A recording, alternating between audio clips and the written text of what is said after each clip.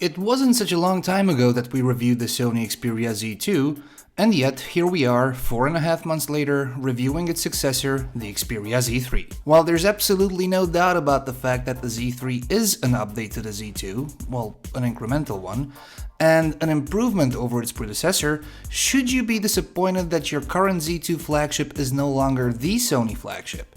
Should you go out and sell your Z2 in order to grab the new kid on the block? We'll try to answer that and more right now. I'm Anton Nagy, this is Pocketnow, and you're watching the Xperia Z3 versus Xperia Z2 comparison video. Sony committed to releasing a flagship every 6 months, and so far, it has delivered on its promise. The Z1 landed in September of 2013, followed by the Z2 at the 2014 MWC in February, and more recently, the Z3 at the 2014 IFA in September. And, so far, every new model was an improvement over the previous one. Sony is staying true to its design language, to its roots. The Z flagship has changed very little over time, and this is also valid for the Z3. Those who expect major changes should look elsewhere.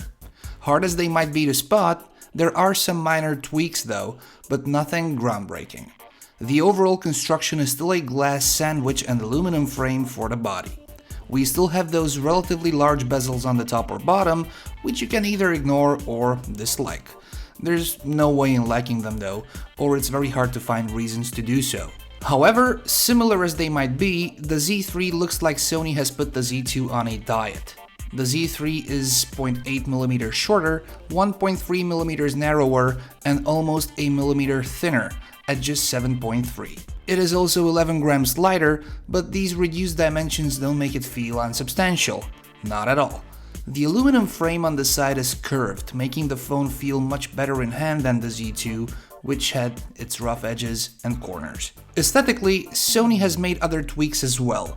We still have the top and bottom mounted front-firing speakers, which are more powerful and deliver higher quality audio than before, but their design has been slightly changed. The LED notification has also been moved from behind the earpiece on the Z2 to the top left corner on the Z3.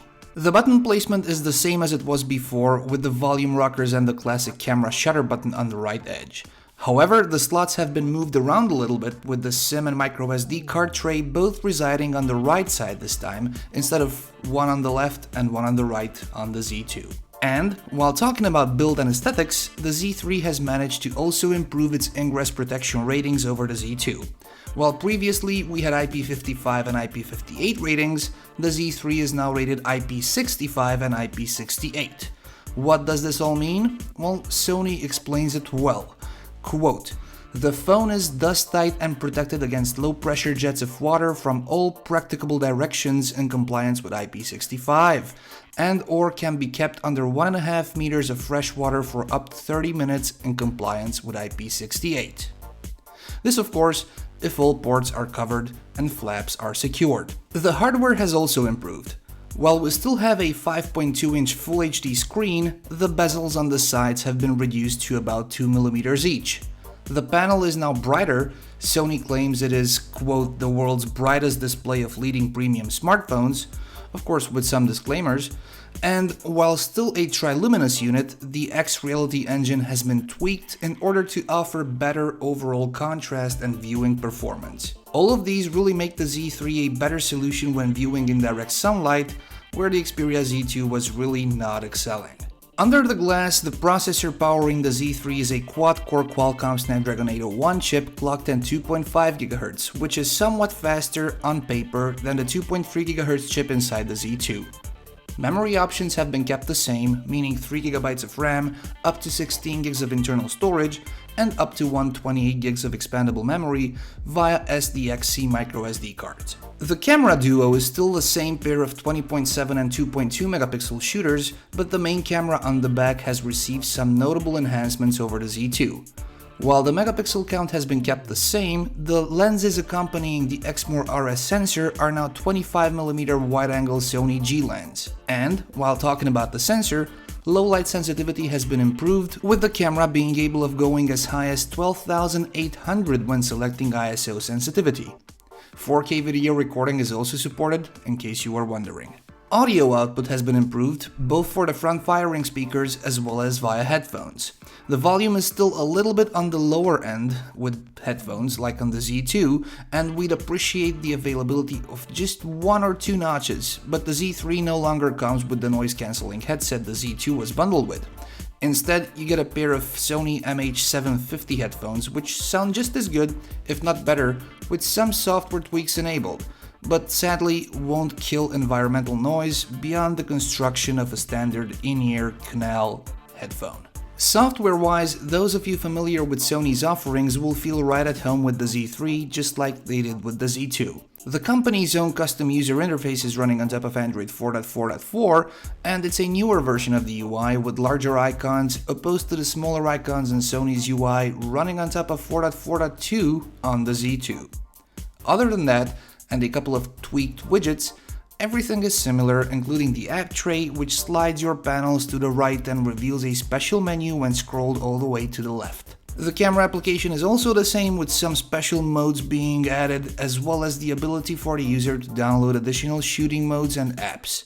Steady Shot, Sony's own digital image stabilization, now gets 3 setting toggles for off, standard, and intelligent active, instead of just an on-off toggle switch before on the Z2. Manual mode has some hidden changes as well, with the ability to only go up to ISO 3200 manually, and the addition of a face metering mode. If the faster processor wouldn't be specifically called out on a spec sheet, we wouldn't even notice. There's no difference between the Z3 and the Z2 when performing day-to-day tasks. We can't discern a difference while playing games either. Both generations are powered by the MSM 8974 Pro chip, which is the Snapdragon 801. The only difference is that the Z3 is powered by the AC variant and the Z2 by the AB version. That and 200 MHz in the Z3's favor. While it is too early to tell battery performance on the Z3 yet, we're curious to see whether it will be worse than on the Z2. For starters, it is 100 mAh smaller than the 3200 mAh battery inside the Z3. Couple that with the brighter screen and the faster processor, and the Z3 has every chance of performing worse on paper. That is, except if the AC version of the chip we mentioned before doesn't make a difference with improved power efficiency. We'll have to wait for a full review to judge battery life. Call quality though is identical with clear sound. You will still have to disable microphone noise cancellation on the Z3, just like on the Z2, should the people you talk to inform you that you sound terrible, but the switch is an easy fix. Speakerphone is louder with more oomph and richer sound on the Z3, and the camera delivers similar results under regular shooting conditions. It's the low light performance that makes a difference, and we're sure that it is thanks to the new lens, paired with that insane ISO rating, that the Z3 outperforms the Z2. Not by a large margin though, and not in the sensitivity itself, or the capability of amplifying even the slightest light source, but by the level of detail found in low light images. Even under regular circumstances, images captured with the Z3 appear to be sharper, though the color balance we found to be sometimes a little bit off. When viewing images individually and away from the scene or subject you are shooting, they look good, but they seem to not stay true to reality, something which only the author of the images can tell, and something we're sure Sony can easily fix with a software patch. Well, time to draw a conclusion, and it would be easier if we'd look at the Z3 by itself and not compared to its predecessor. Question is, if you already have a Z2, should you upgrade to the Z3? If you're a die-hard Sony fan and you have to have the latest, then by all means. In any other case, while the Z3 is definitely a step up from the Z2, you might want to wait for the Z4. Chances are that the improvements on the Z3 won't impress you that much, coming from the Z2. You'll be giving up on a brighter screen, yeah, a camera that has been somewhat improved, not that the previous iteration was a slouch, a slightly faster processor which will bring you unnoticeable speed increase, and about 1 millimeter of thickness. The Z2 remains a flagship phone that can stand on its own, while the Z3 builds on that, slightly improving it in certain aspects. Bottom line, you cannot go wrong with neither of the two.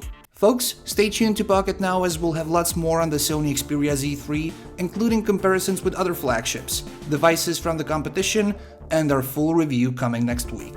I've been Anton the Nagy. You can follow me on social media and don't forget to subscribe to Pocketnow's YouTube channel as well as its social media outlets so you don't miss a video like this one when it lands. Until next time, thank you very much for watching, stay safe.